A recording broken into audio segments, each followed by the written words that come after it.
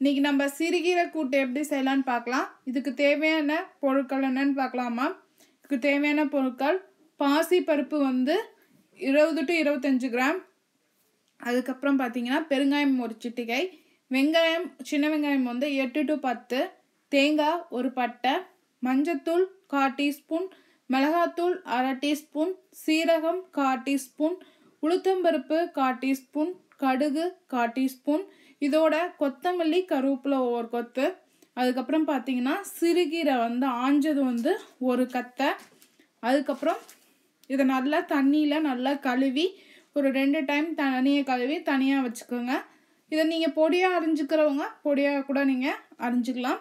இப்போ ஃபஸ்ட்டு ஒரு வடை சட்டியில் கொஞ்சம் தண்ணி நல்லா கொதிக்கிற தண்ணியில் அந்த பாசிப்பருப்பு போட்டு இதுக்கு தேவையான அளவு மஞ்சத்தூள் போட்டு நல்லா கொதிக்க விட்டுக்கலாம். கொதிக்க விட்டு நல்லா பருப்பு கொஞ்சம் முக்கால் பதத்துக்கு வெந்து வந்தோடனே அதில் நம்ம கீரையை போட்டுக்கலாம்.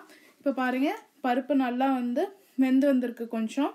இதில் நம்ம இப்போ கீரை, வெங்காயம், மஞ்சத்தூள், மிளகாத்தூள், உப்பு, பெருங்காயம் எல்லாம் போட்டுடலாம். இப்போ கீரை பாருங்கள் நல்லா வெந்து வந்துட்டுருக்கு. இது நல்லா வெந்து நல்லா கொதிச்சு அந்த பருப்பு நல்லா கரைஞ்சிரும். இப்போ பாருங்கள் நல்லா வெந்து வந்துட்டு இருக்கும் போது இப்போ நல்லா வெந்துருச்சு கீரை. இதோடு நம்ம இப்போ தேங்காய் துருவி வச்சுக்கலாம். அந்த தேங்காய் இதில் போட்டுடலாம். நம்ம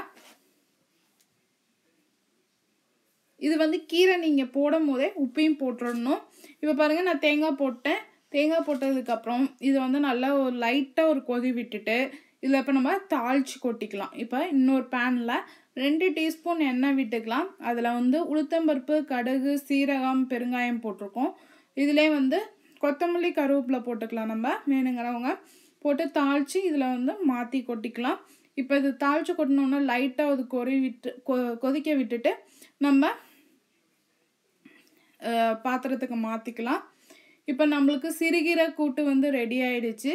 செஞ்சு பாருங்கள். செஞ்சு பார்த்துட்டு உங்கள் கமெண்ட்ஸை போடுங்க.